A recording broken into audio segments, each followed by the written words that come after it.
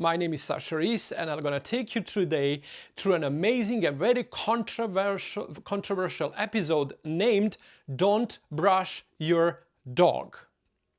If you want to develop an amazing relationship with your dog, and if you are so much emotionally, as we all are, in love with your dog, then you should be very careful about the situation you put your dog in, because every single interaction leads to a possible anxiety that you will never know how it's going to express itself.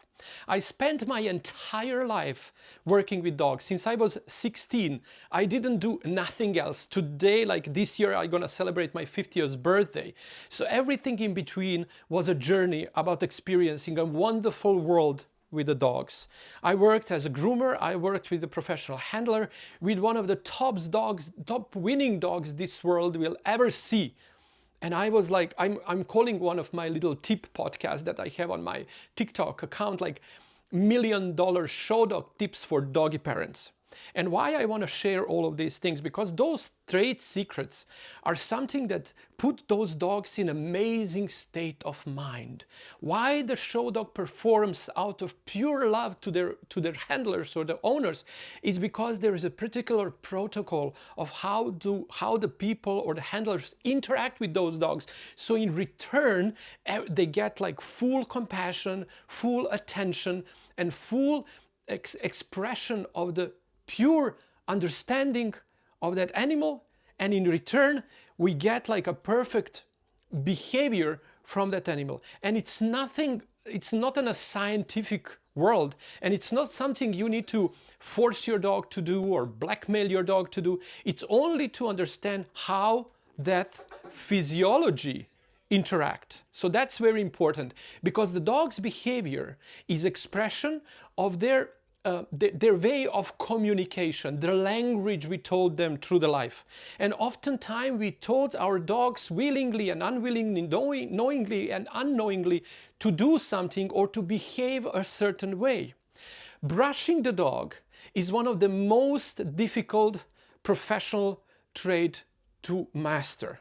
Every single great grooming school for the canine professional, especially crafted for the grooming or for the dog styling, spends majority of the time teaching future pet care professionals how to properly brush and how to properly comb, how to properly dry, and how to I'm actually first bathe and then dry the coat and the dog.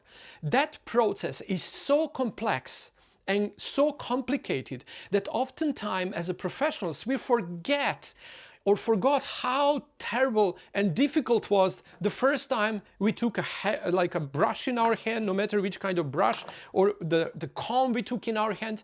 And if you're a doggy parent that already know how to properly brush the dog, comb the dog, bathe the dog and dry the dog, you're not far away from learning how can yourself style the dog the way you want. You don't even need a groomer. So oftentimes the groomers would come back and say, oh, you need to brush your dog because now we can't do nothing. The dog need to be shortly groomed, and all kind of those things that they are kind of like on one way forgetting how difficult that was to learn. Now when you already know it, it's so part of you, they don't even think about brushing, grooming. You have in industry like you have a stylist or the professional groomer, and you have some baiter. That's actually part of the grooming process that's mostly requires an amazing trust of an animal for you to do those things. So, and where all of that starts, everything of that, how your dog gonna behave when you are brushing your dog and how your dog gonna behave in that process, start nevertheless, but in their brain. So if you really want to interact with your dog on something that your dog doesn't like, or you put the dog in a state of stress while doing some trades that create some pain or uncomfortness, the dog can still be forced to accept that actions from you.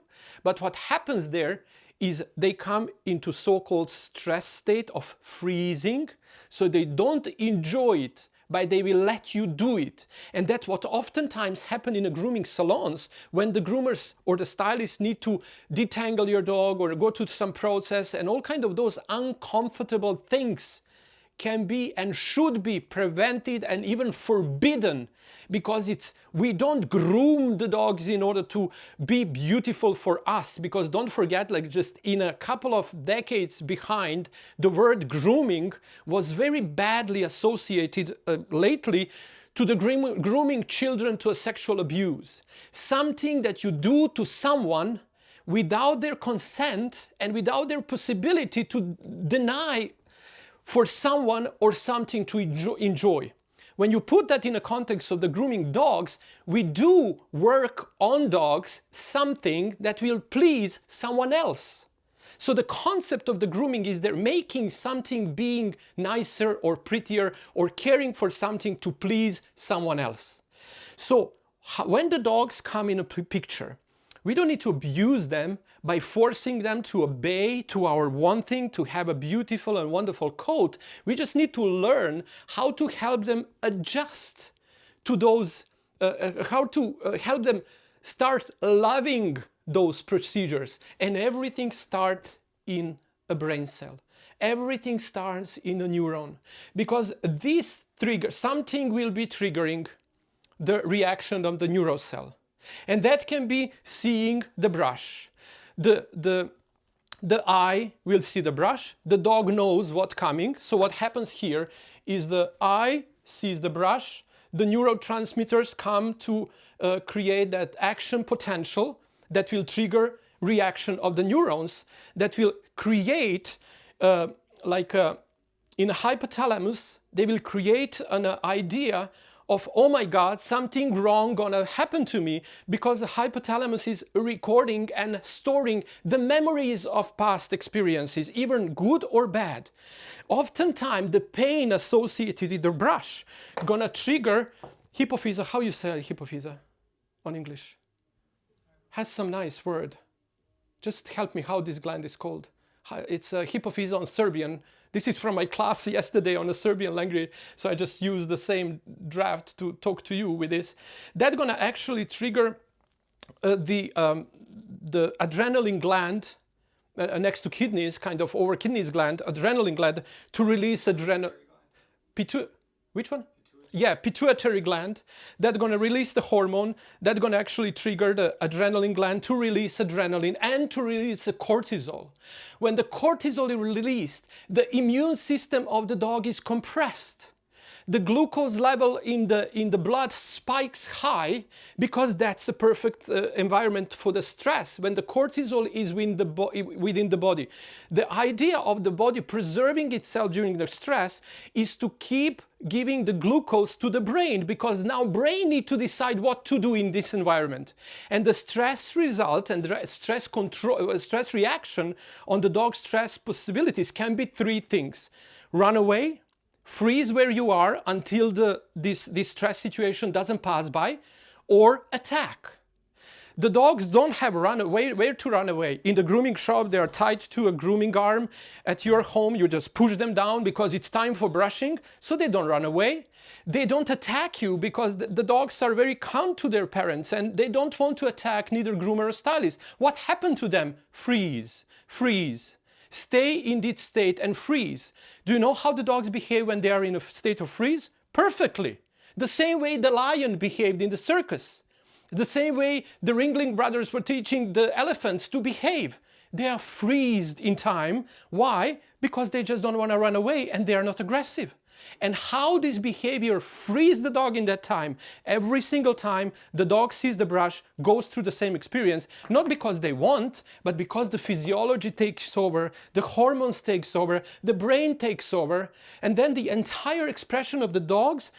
Later on, we have all of those dogs' bodies that are collapsing left and right, with the IG, like a GI, like a gastrointestinal problems, like allergies, like this problem or that problem, or this inflammation or that inflammation. We would never connect that with the brushing, but the brushing is a high trigger that can increase the level of the cortisol within the dog body. Later on, you decide, like one day we wake up, your dog is diagnosed with a Cushing's syndrome. where this comes from? But I'm brushing the dog every single day, even though my dog doesn't like it. That's how big impact of something that can be so stressful and painful on our dogs, that you and we, why we are doing this? Because we want to have nice dogs, or we just pay someone to do it for us because my dog doesn't like to be groomed. If your dog doesn't like to be groomed, not because he's afraid or he doesn't like it, he's programmed not to like it. His amygdala is sensing the stress. Like amygdala is a little gland that sits under the hypothalamus, and the hypothalamus stores the ideas of past experiences. When amygdala gets triggered by environment in which the dog senses something bad comes, what happens is the hormonal reaction. Because all of this is not because the dog wants or don't want. I don't know, I will take time and then later dive in a little deep one day into really explain to you on the little, very understandable way of what the action potential of the neuron is, what is the resting membrane potential, what does it mean, and how the interaction of the potassium and natrium, how do you say natrium? Natrium. Yeah, natrium, you say natrium? Are you sure? Natrium or potassium ions, how they create that action potential that on the end, so every single trigger can just do two things. By going through the body and using a nervous system, can do just two things. The outcome of every single trigger that comes and brings, we sense it, we see it, the dogs sense it or hear it or touch it or smell it, something that creates that trigger in the dog, releasing the signal. The signal gets trapped in these little trees of the dendrons, and then go through the entire body of the neuron, and then creating the same reaction when transmitted through the synapses to the other neuron, and that keeps going until the control center in the brain or in the spine, where there is a different control centers are located within the different parts of the nervous system. The outcome of that control center is one: what to do now with this signal. This is happening, what to do now. And then what we do is we are coming to find the brain is locating, the program is going through the memory, seeing, is this something we already experienced? Is this something that how do we behave in this environment? So, for example, now, if you are watching me on this English of ours, I can start talking on a Serbian. I sada kada počnem da pričam na srpskom jeziku, ako nikada niste učili srpski jezik, vi ne znate šta sam rekao.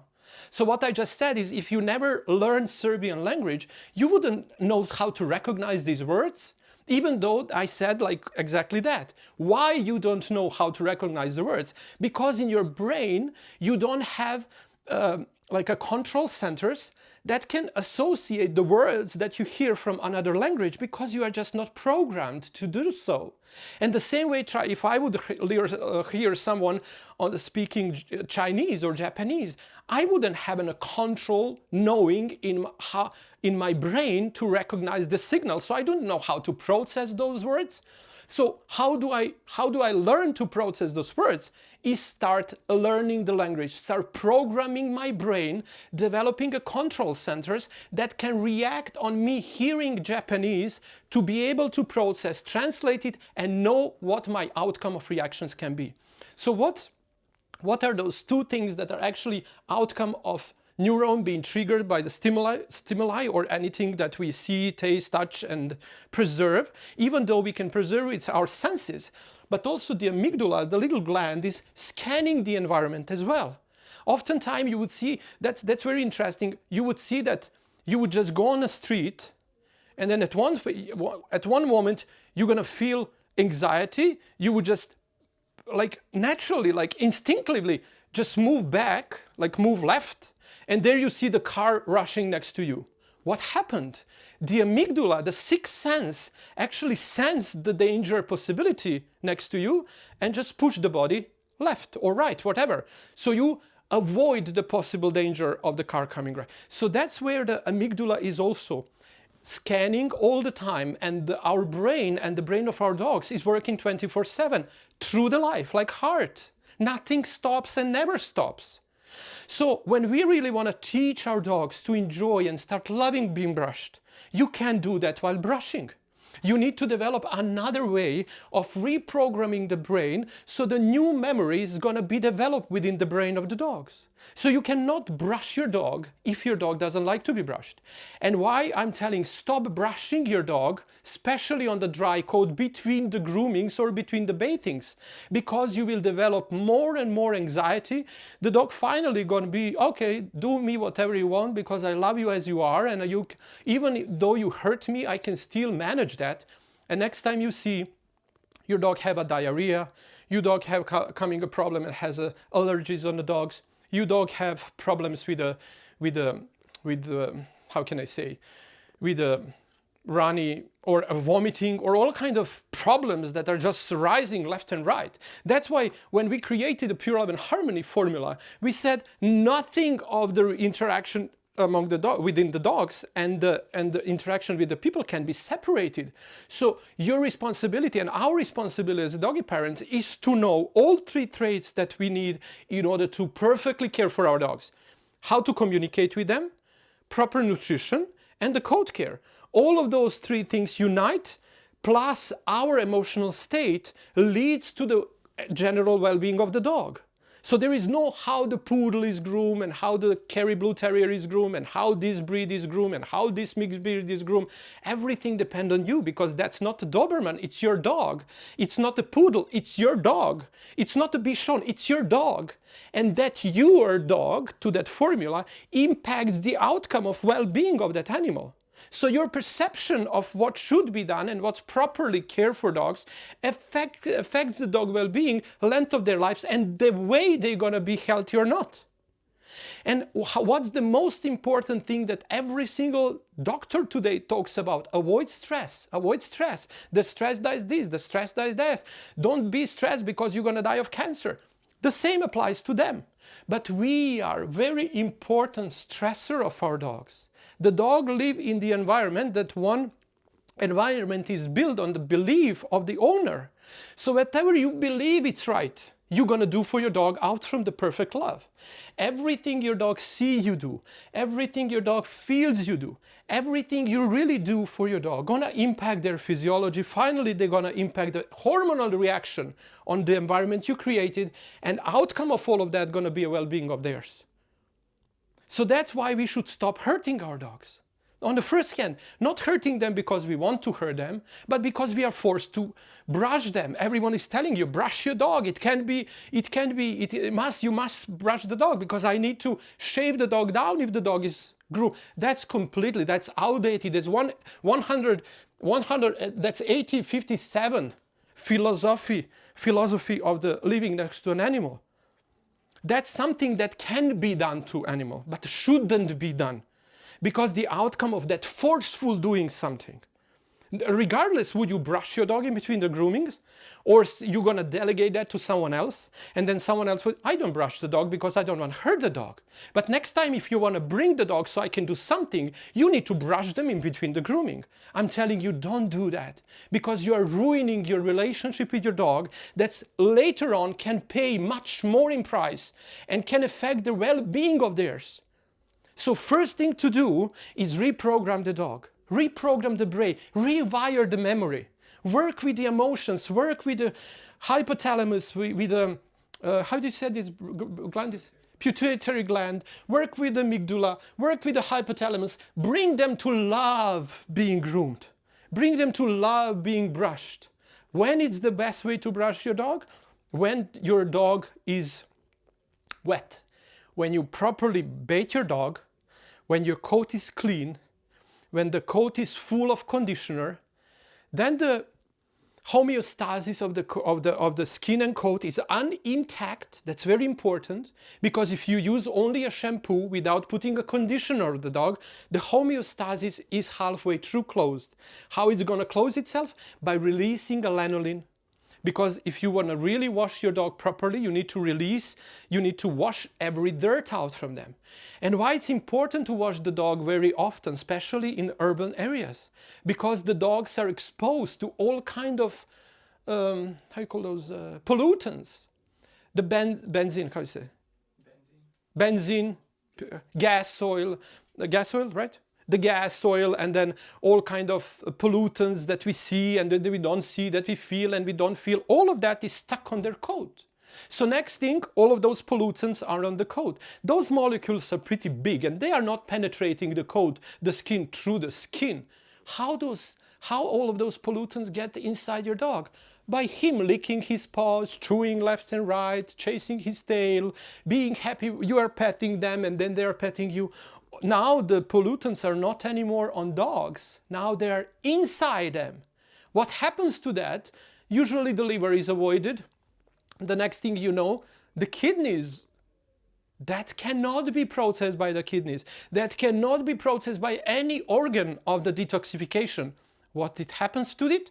It gets stored. Especially stored to the kidneys. Some of them might might even be stored in the brain. How are they going to get there? Through the blood and the lymph system. Is that how you call it? Lymph? Yes. What that happens to the brain? You know that the axon does have so-called myelin sheets that help something that the dog learned, and whatever we learn too, those signals are going much faster to the neuron, and that's explained by the Dr. Watson PhD.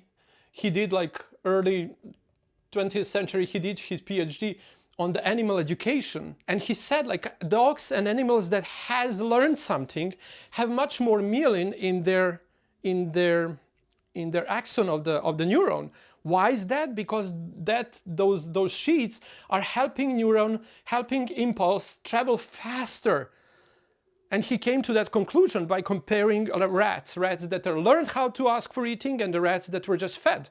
The ones that were fed didn't have so much myelin in their brain, or actually in their brain cells, where the others that were learning much more had more brain cells. That's why damage to the brain can be big if we have a brain those kind of materials that come to the brain that can dissolve the myelin, because that's what they do.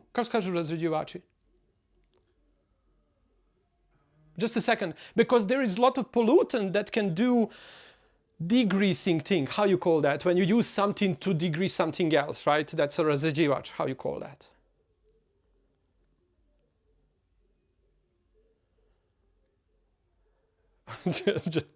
just to get the Google translator to see how you say razedziewac. Dilutant, okay? Any dilutant that come to the brain through the way I just explained to you, by dog licking here, licking there, and it's enough for him to lick himself 4 times a day for over the period of 1 year. It's already enough heavy metals within to cause harm to the kidneys. So if you have a dilutant that somehow travel to the brain, they're going to start diluting the myelin shields because they are a pure fat. And all of those dilutants are created to dilute the fat. So what happens here? The brain becomes purely damaged. How are you going to get this sorted? Bait your dog every week. Oh my God, but it's full, it's too much. Of course it's too much, but then the alternative to that is a vet bill that's coming, or the kidney failures that are on their way.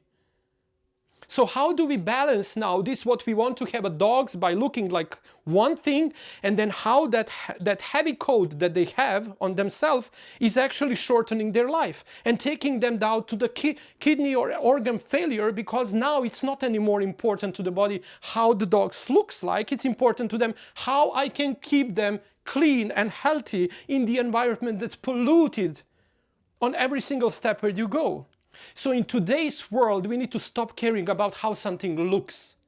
And coming from me, that I was working with $1 million show dogs, caring about how I should present them into most beautiful expression so the judges can award them. The shows like literally $1 million show dogs, because the career those dogs develop over a year, it was like multi-million-dollar campaign for one show dog that some of the clients were putting in so their dogs can win over. And when you spend like 20 to 50 and $100,000 on a trip, and you have like 50 shows a year, how much that cost only in the expenses of campaigning for that dog. So me serving those dogs required special knowledge. Not that I was special in a way I provided something people couldn't, but I was focused to learn. I was focused to learn things that others didn't have time or didn't want, or whatever I didn't care about others through my life. And now I see that the world of that disappeared. We now live in a world that's dangerous for living in. We need to develop another mindset to escape this pollution that we are exposed to on every single step. Decision on how we and what we're going to do with our body is on ours. Will we detoxify, and the way we're going to do it, and will we live on the countryside, or we're going to live in the center of the city, because in the center you can have all the possibilities that you don't have downtown any or rural area. So there is a choice to make, and every choice to make there is a price to pay. But we are conscious being. And no matter what we do, we're gonna be ready to pay the price for our choices. But the dogs doesn't have the choice to move away or disagree with our choices. What at least we can do for them is stop treating them like out there is a safe world. Every single lick of their coat is making them poisoned, because they live in a poisonous world. And you can see, go to any scientific community of the vet statistic and see how many dogs later in a life develop kidney failure, liver failure, pancreatitis, cancers, and how many dogs are having all kinds of diseases that are outcome of the failure of the pollution. How did that get inside them? Because you were told to bathe your dog once a month. And that mindset comes from the world where the dogs were living in a healthy environment. They didn't even need to be bathed. But the dogs today, if we really care for them, should be bathed almost weekly. But how do I care for my dog if I need to provide a weekly care for my dog, but then I have a doodle or a standard poodle or something else? Now you need to be honest to yourself and adjust the need of yours to a lifestyle of yours. Because if your dog is short and your length of the coat is inch or shortened, whatever, you're going to be able to dedicate much less time to that dog. You can even brush and dry them yourself. You don't need a groomer for that. And if you want to have a beautiful coat, and we are all trapped in this beauty, that this world of consumerism is just forcing us to use and consume and buy and be beautiful and more beautiful and more beautiful. But we can do that to ourselves, no doubt. But how that affects a life, that some little creature that dedicates a life to my service, how do I affect him by wanting him to be more beautiful than they are already beautiful? Every single show dog, when retired, gets short clip, shaved down usually. And they are left to the garden and they enjoy the life and they retired and they're perfectly happy, like they were happy when they were getting their titles and ribbons, even more happier. What happened in this world of ours, where we want to have a longer coat, so the flavor and the beautiful face, because otherwise somehow, if it's not groomed perfectly, it's not beautiful? Is it really this world where we kind of measure something, measure the real love through the beauty of their coat?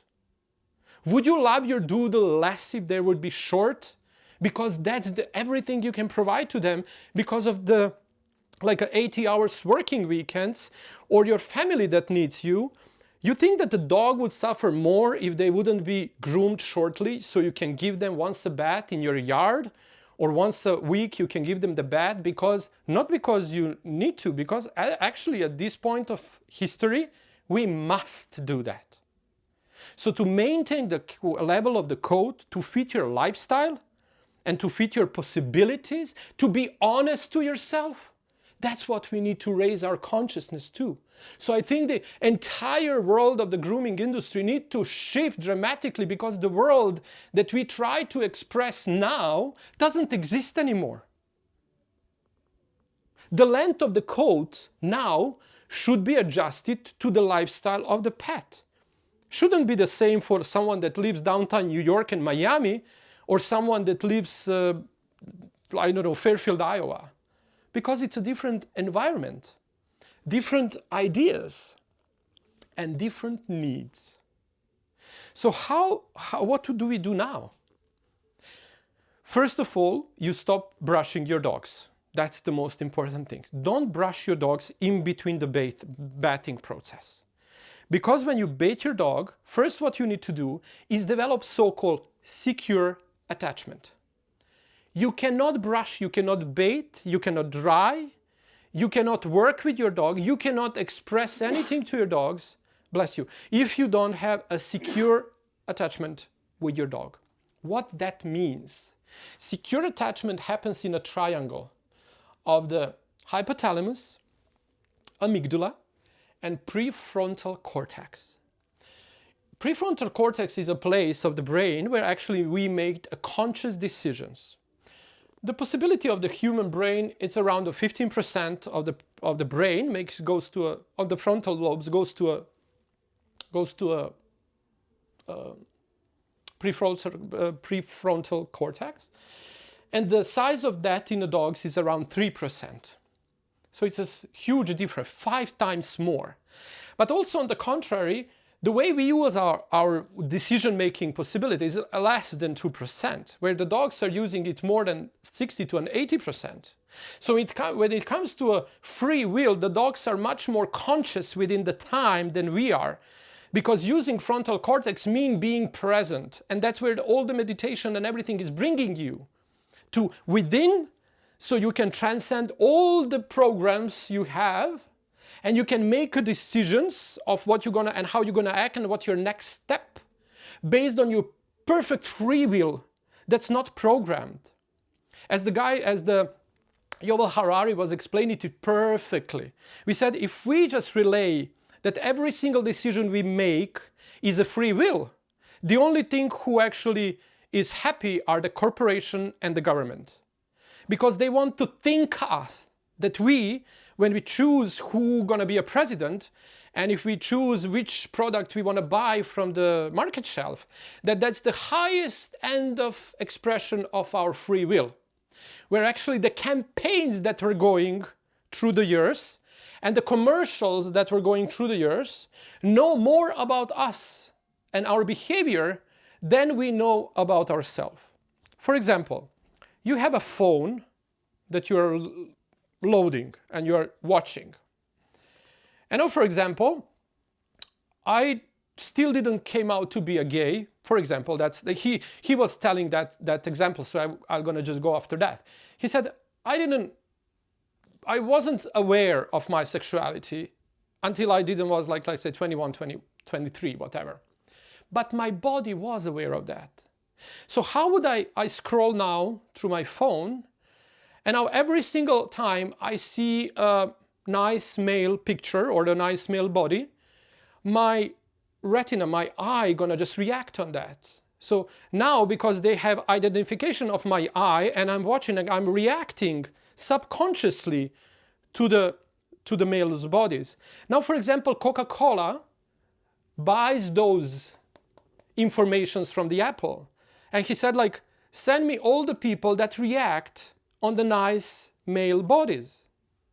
And if they are very competitive and clever, they're going to create an ad with the nice males consuming Coca-Cola.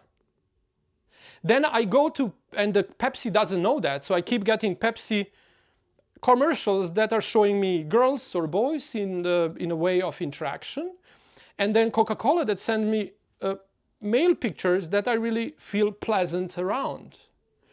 And now next thing, when I go to buy pizza, I'll buy the pizza and the waiter will come to me and say like Coca-Cola or Pepsi, I'll sell Coca-Cola, thinking that that was my perfect free will. However, it was already programmed to carry my interaction of the amygdala, hypothalamus, and my free will, not used by me, but programmed by commercial. So I'm thinking that I'm actually expressing my free will, where I'm programmed to do what I'm told to do. The same thing lasts for government, no matter on which side you are, wherever you are. Whatever you expose yourself to, you're going to believe it's right, and then the other ones are on the opposite. And you're going to find a lot of reasons why it should be that way. But who's benefiting the most? The ones that are campaigning. And whoever they choose, they're going to choose it only by knowing this dynamic. And the other ones that fail to do and program your mind to express your kind of free will, gonna fail to understand the process of how the mind operates, how the brain operates, and how do we make our choices and decisions. So before you take your comb and your brush, you need to develop secure attachment. And we have a wonderful program that we are just launching called, and that starts like a Doggy Parent Academy. How do you develop secure attachment with your pet so your pet can trust you, whatever you want to do them? And what does that actually secure attachment mean? That a dog trusts you and that your behavior is predictable. What the predictable behavior of the owners means that you will provide the food, that you will protect the group, and that you will provide a space where the group can call cave. So, environment in which we're going to live, to protect the environment, us included, including dogs, and to provide the food. Those three things, if predictable, the dogs won't pull on a leash, won't have any problems in a behavior, won't do any anxiety, won't do anything wrong, because the wrongdoings of the dogs is not because they are bad, but just because they are programmed the way to see the world, and emotional attachment to us prevents them from act logically, whatever the logic in their little brains means. So if they don't feel that you are secured, that they are attached to you secure, and your behavior like owner is predictable, and how do we lose the possibility of acting predictably? By having no boundaries, living in the environment we don't trust, going to the jobs we don't like, living with the people we don't trust, being in the relationship we don't love, and staying at the places we don't feel comfortable at. Energy that we radiate is the same. It's not because we want or we don't want. We are trapped in the physiology of our body that was developed by the signals our dendrons and our neurons received from the outside world, and the way those signals are kako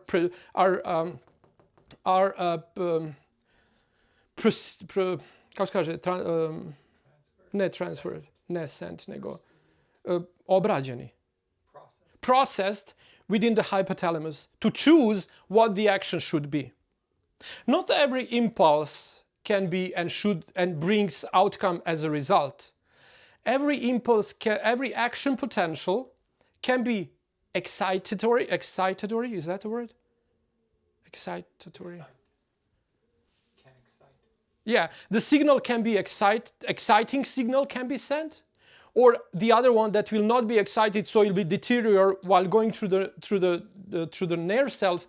Those not exciting action potentials wouldn't create the outcome, neither movement of the muscles, neither release of the hormones.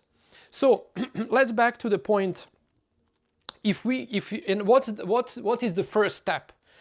We created an amazing tool that we call the Canine communication cards. And the Canine communication cards that you order now, and we are running a specials on them, and Vedran gonna give you now the link where you can, when you can order those, it's gonna be shipped to you. It's free. Shipping is free of charge. The handling fees should be kind of, I don't know how much you put to be paid, but you can follow the link and see how much for them. It's a beautifully crafted tool that you can follow, and then you can put your relationship with your dog into ritual, because you don't talk to your dog, because merely the dog doesn't understand the words we are using. What they are understanding is our intention. So no matter which words we are using, oftentimes the intention is something that counts, and it comes like intention of our brain comes before we become aware of our words to use in order to communicate with the dogs. And oftentimes you will see, if you are really connected to your dog, that your dog gonna react on you without you even telling them a word. And you would say, oh my God, he's reading my mind. He doesn't read your mind. What's in place is amygdala. And more secure attachment you have to your dog, more the dog gonna be able to predict your behavior out from your actions. And the canine communication cards are beautifully designed how to put 4 rituals in practice so you develop a secure attachment, reprogramming and rewiring the brain of your dog. So now, how do we use all of these when it comes to a brushing? What's actually the best way to brush your dog is to have them lay down. So you're gonna put your dog to lay down, and then you start working the coat. Only when your dog is baited, and baited with a shampoo, clean up completely, put a conditioner, leave it on the dog for a couple of minutes, so massage it properly, and then rinse it, then put the dog in a little wrap, let them soak for 10 to 15 minutes, just enjoy. I know how to do that. Oftentimes I would just put some nice music and have my Kenny in my arms, and he would usually sleep because that's a wonderful place. If you do a nice washing with them, and if you do a nice ritual of that coat care with them in a bathing tub or whenever in a sink, wherever you're gonna do that, and if your dog loves it and enjoys it, then you will gonna be able to make it a perfect ritual out from that. But if you don't like it, don't force it for no matter what reason, because what you are doing, you are compressing the entire immune system by causing the stress on something dog does not agree to. So the first step is put the dog in a conditioning of the accepting you as something that the dog feels secure next to. And then when they are secure, so they can lay down like this while you are having a little or big, whatever dryer you might have. You can buy a little ones that are like, holding a dryer, or you can learn how to use, or you can even buy the professional ones, because that's something that will give you more excitement of doing it, and shouldn't be a long journey, because the coat of the dog, length coat, should be adjusted to your lifestyle. Whatever length of the coat you can handle, your dog should have. Whatever length of the coat your dog should have in order to help them overcome this polluted world, and try to protect them as much as you can by washing all of those shit off their coat. That's where the dogs are starting to relax. But you cannot start this journey, because first of all, what you need to do is develop a secure attachment towards brush and brushing and drying and bathing, and the process that they should enjoy. And every single time, instead of the cortisol, they should release endorphin. And they should enjoy the process of brushing and grooming. But how can they do that? Only if you do not pull their coat, only if it's not hurtful for them, because every single time that you pull the brush through the dirty coat, you're just damaging the coat and damaging the skin, oftentimes leaving breezes with a brush on the skin that might become infected. But more of that, if you hurt the skin by brushing, it becomes much easier penetrated border to get those pollutants from the skin inside the body much faster. Don't do that. Don't brush your dog.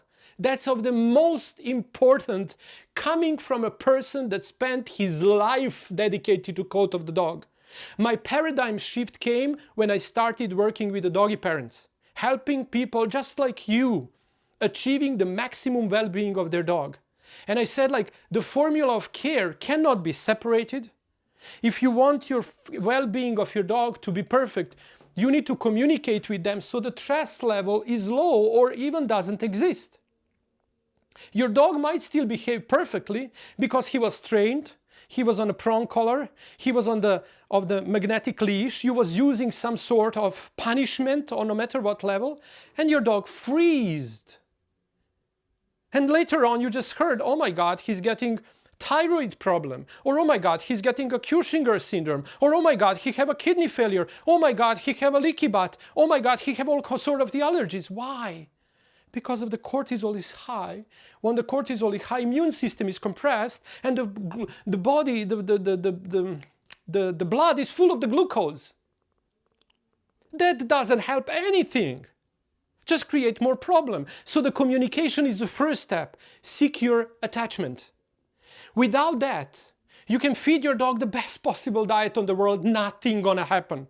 Nothing gonna happen because there is no good immune system. And where is no good immune system, the gastrointestinal tract doesn't have a microbiome because the microbiome is killed by the cortisol. Why? Because the cortisol want to suppress it. So if the microbiome doesn't exist, you cannot digest nothing what you put in your dog. So extraction of the perfect nutrients your dog food is packed with doesn't go through because the dog is not calm to digest anything.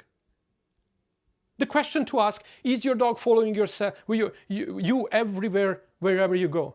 There is a scientific study showing that if your dog is following you around the house, there is an 80% more chance to develop cancer than if he's laying around minding his own business because he trusts that you can move through your house by yourself without needing to be by your side to protect you if something wrong happens. The dog that follows us through the house doesn't rest. And that's so-called hyperactive anxiety. You know where that dog is? In a red button. In the high actions with a high stress. Where you want to have them is a low stress with low actions. So it's a little green thing that's exactly here. So where you want to bring them, if you learn them something, it's to bring them alert, interesting and alert. And from interesting and alert in this little play, the neuron develop, the new trait develop. But if you overcome interest, being interested, alert, then it can go either to be stressed or to calm down. Alert, but secure, attached to the owner, trust you, and they calm down. So from being alert, the hormone drop down, the dog calmed down. From being alert, and the dog spiking the anger or seeing another dog or seeing another cat, seeing another human jumping and screaming on them actually create more anxiety. The anxiety, the dog is constantly in the red, burned. High action, high stress, high action. Low stress, low action. The happy dog, what does? Sleeps through the day. How? My dog doesn't sleep, he's always active. Go outside and look at the dogs that are stray dogs. I studied the stray dogs as a part of my journey after I stopped showing dogs. I said, how the dogs behave without interference of the humans. That's what I said, it's not a Doberman, it's your dog. It's not a poodle, it's your dog. Because you impact how the dog perceives the world. But if you go outside and you start digging a deep understanding of how the stray dogs interact among themselves, with the world around them, without being interfered by the human in the close proximity. Those dogs doesn't blend in your family consciousness that I'm talking in my book about the dogs and awakening, when I'm explaining how the constellation of the harmonic resonance or the harmonic bonding is created, where the dog blends into your family consciousness and start taking the energy of the family environment, where the other dogs of the same breed, same litter, same feeding, same everything doesn't behave and doesn't grow into the same dog. It's not because of the genetic, it's because of their neuroplasticity, possibility to adapt fast to an environment, because that's how they survive, that's how they evolved, that's why they are not wolves anymore. But they can fast adapt, no matter did you take them from the shelter, were they abused before that, are you taking a little puppy? The dogs would adapt to a new environment. And I know that the best as a handler. I would just take a dog from the people that I served, that were my clients. I would take the dog, I would bring him home, I would start interacting on respecting the dog. Like in 3 days, I would have a dog that would just be amazed and sleeping all day. And when we want to perform on the show, he would go there. When I need to brush him or dry him on a coat, he would sleep on a bed. And when you learn how to do that, and now I have a brush thing, then you will be able to come down to the skin, be able to enjoy. To be honest, I was always loving the most bathing and drying. Like I was entire my life impressed with all of that. And I loved it so much because when the dog relaxed, then you really know that they relaxed, and they relaxed not because they are forced to do, but because they're wanting to do that. They are doing that out from trust and respect towards you. If your dog doesn't like to be brushed, if it doesn't like to be groomed, if it doesn't like anything, first what you need to do, stop doing all of that. As much as you can. Because what you do every single time, you spike to anxiety. And anxiety lowers their immune system. Stop doing things that hurts your dog. Out from biggest love for them, we're going to create a world. You're going to have the most beautiful dog through the life, the most perfectly groomed by the best and perfectly paid, the most expensive groomer. Is going to create a perfect pictured dog on a planet. You can even create a beautiful Instagram profile for the dog. And then sometime, in some day, you're going to go there and you would need some trouble with the veterinarians. You would need some kidney failure. You would experience. I don't want to scare you. I'm telling you the truth out of 35 years experience. I witnessed on a daily level. Now when I have this Pure Love and Academy, Pure Love and Harmony Institute and Pure Love and Harmony Academy, where I work with the people, doggy moms, day after day around the world, I hear stories that are always coming back to how do you communicate your dog, how do you feed your dog, and how do you care for dog's coat. If you don't communicate with your dogs, no matter how you feed them or how you are connected with them when the coat came, they are under the stress. If they're perfectly communication and you have a great relationship, then if you don't feed them properly, the body can develop properly. And if the body can develop properly, then the coat care doesn't mind which kind of coat. The dogs cannot have a great coat because the beauty comes from within. And even if all of those three things are, and you choose to maintain the long coat because you like the dog, and then you take your dog to bait, or you bait your dog like once a month because it's a big dog, it's a long coat, it's an expensive process, then what happens? Your dog ends up having all of those pollutants that he carried and collected through the month inside the body by owning that through licking, to expressing here, expressing there. And all of those poisons and pesticides that we put in by giving them pills against the fleas and ticks and mosquitoes and all kind of things, avoiding and not being able to utilize such a nature and natural possibilities to overcome. Naturopathy is something, the holistic way of the care is something we need to go after. It's a long gone spending money on the things that you don't need and you use just because you are forced to use because of the commercials you cannot resist, because those commercials are programming your brain. I'm going to show you. So this is the idea that you kind of start doing your little dog, but you said, I cannot maintain the long coat. Cut it short. Cut it short. Cut it on the way that you can maintain. Don't try and don't regret the beauty on the price that the beauty in this day brings within. You don't need an expensive groomer. You don't need a best groomer. You need one that will help you maintain and put the dog in a lifestyle of yours with the less possible care needed. So all of these things you can provide yourself. And that's why the final stage, so in our academy, we teach everything, every single thing, but the first step is a canine communication. And the first step to a canine communication can be a canine communication cards that you get, that you start implementing in your daily life, following very simple rules and very simple messages about how do you start communicating with your dog without using words, without a verbal action. Once your dog develop positive relationship with you and start developing a secure attachment, calming down the body, it will be able to give you whatever you want. So and finally, they're gonna finally fall asleep while you're gonna perform on the little table that you can keep under the bed, in the little sink, or in a little bathtub that you can put your dog, and if in short enough coat, you're gonna be able to do all of that yourself.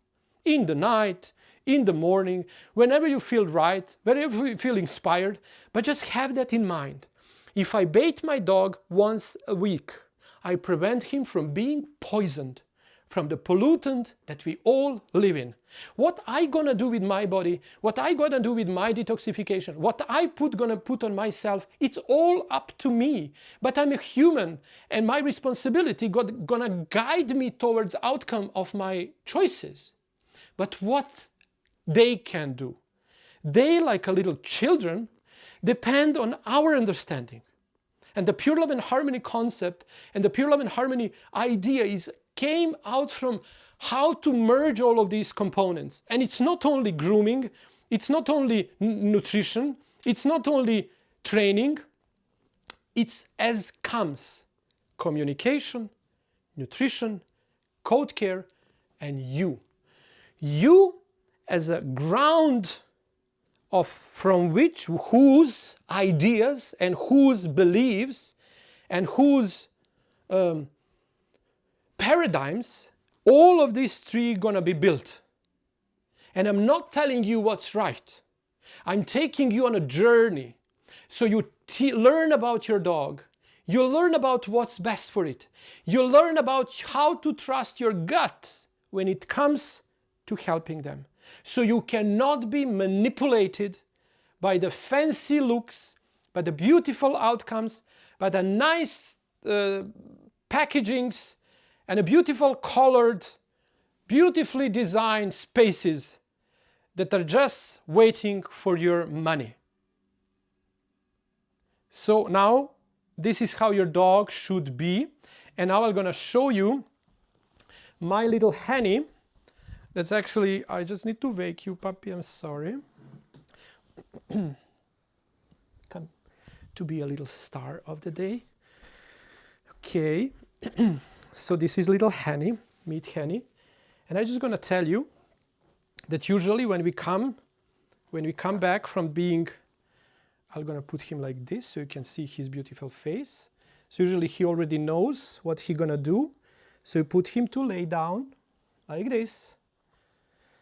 And then the next thing you do is I have my little, how you say that? I have my little dryer. And then we start slowly brushing him and brushing him piece by piece. And he gonna stretch and he gonna enjoy. And this is what we do. Sometime two times when we lived in Miami, we were doing some downtown Miami. When we were there, like we would do sometime this like 2 times a week, because the downtown Miami is very, like a South Beach is very dirty. So you don't want to every single time we come from taking him, okay babes, taking him from the, okay, he doesn't want to see that way, taking him to the walk, the next thing you know, and then every single thing, when they trust you, when the dog trusts you, they're gonna let you do whatever it takes because they feel secure. And why do they feel secure? They feel secure because in the triangle of hypothalamus, amygdala, and prefrontal cortex, they have developed so-called secure attachment. So my dog knows that whatever I do to him is something that benefits our relationship. And they're gonna enjoy in that, like it's the last thing you do. Because as he comes now, I wake him up and he's not bait, But and this kind of like I'm brushing him very gently, but this is something I usually wouldn't do. I would brush him and dry him only when there is a, only when there is a, when he's washed, and when he's under the conditioner, and when the brush and the comb goes through through his coat like it's a hot knife through the butter. So those are the things that little puppies are actually loving a lot. And now I can, do to him whatever I want. I can even, do his nails and cut his nails. And he would let me do all of those things because during his childhood, like a puppyhood, what we did is develop secure attachment through rituals that we implemented. And then you can, first step towards that is this canine communication cards project. That's actually wonderful way to enter the world of the pure love and harmony. Because down the road, everything we want to do for our dogs is to cause them, when we interact with them on, like, for example, this would be the way I would put him to, like, I would put him down, so very gently, put the dog down, no matter how big was. If you have a standard poodle, if you have a doodle that's amazingly big, how you expect for those dogs to stay on their legs for 4 or 3 or 2 hours until you bathe them and brush them and dry them? And the dogs that doesn't trust you or doesn't have a secure attachment towards human, because the secure attachment is developed not only toward the owners, it's developed toward the humans. So when you take your dog to the walk, the dogs with a secure attachment wouldn't attack anyone, wouldn't scream on dogs, wouldn't bark on dogs, wouldn't bark on the humans, wouldn't bark on anything. Why? Because they trust the leader, they trust you will do the job. They don't need to do nothing. So, and the way to communicate all of that to them is not through teaching. You cannot teach them this. You need to develop this. So that's why you need to stop hurting your dog by performing anything your dog disagrees with, anything that they have a resistance towards. Because the outcome of that will be body shutdown, physiology shutdown, sooner or later. If your dog pulls on a leash, if your dog barks on the dogs, if your dog barks on the humans, if your dog is jumping on people, if your dog has anxiety to staying home, or if you need to take him to a doggy parks or doggy daycares, or all of those places that are there because there is a market for them. But you're taking your dog to a daycare because the dog doesn't have a secure attachment towards you, and he doesn't trust you can come back once you leave the home, and they develop an anxiety, like a separation anxiety. Why? Because of their brain. It's not because they're ruining everything, not because they want, but because they're scared. They're literally scared. Why? Because the way we interact with our dogs is not something that shows that we are reliable partners. And if we are not reliable partners, then the dog can trust us. And our behavior is unpredictable. And if our behavior is unpredictable, there is no secure attachment. So now I think I was able to explain you that not brushing your dog and the pain that the dog brushing can create to your dog comes from literally using a tool on the dirty coat, that no matter how great you are at that, you will never be as much as great as you need to. And you don't even need to develop as much, because brushing a dry coat and brushing a coat that is damp, damp and full of conditioner and full of conditioner and full of moist, is literally like you are brushing the, how you say that? Brushing like a hot knife through the butter. That's how it goes. And it doesn't hurt. It's even actually very calming to the dog when you actually pet them, when you actually nicely brush them, then that scratching the coat, the nice feeling that it becomes a massage.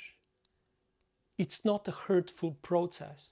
And instead of releasing the cortisol, the body might even increase and start releasing endorphin and nice hormones. That's what you need from your dog. Stop brushing your dog. Develop secure attachment. Order your canine communication cards now and make a first step towards long-lasting well-being of your dog, encouraged and inspired by your action and your understanding of the dog needs. My name is Sasha Reese, and this was another episode of the wonderful podcast, Everything You Wanted to Know About Dogs, You Just Didn't Have Whom to Ask. And then see you next Thursday at when? 6 p.m. 6 p.m. Eastern time, right? Oh, 7 p.m. Eastern time, or you always can watch recordings and everything else. So with that said, I'll let you go now. Have a wonderful weekend, and then see you next week. And I'll just let my little puppy continue to sleep. Thank you for your wonderful performance, little boy, and thank you for watching.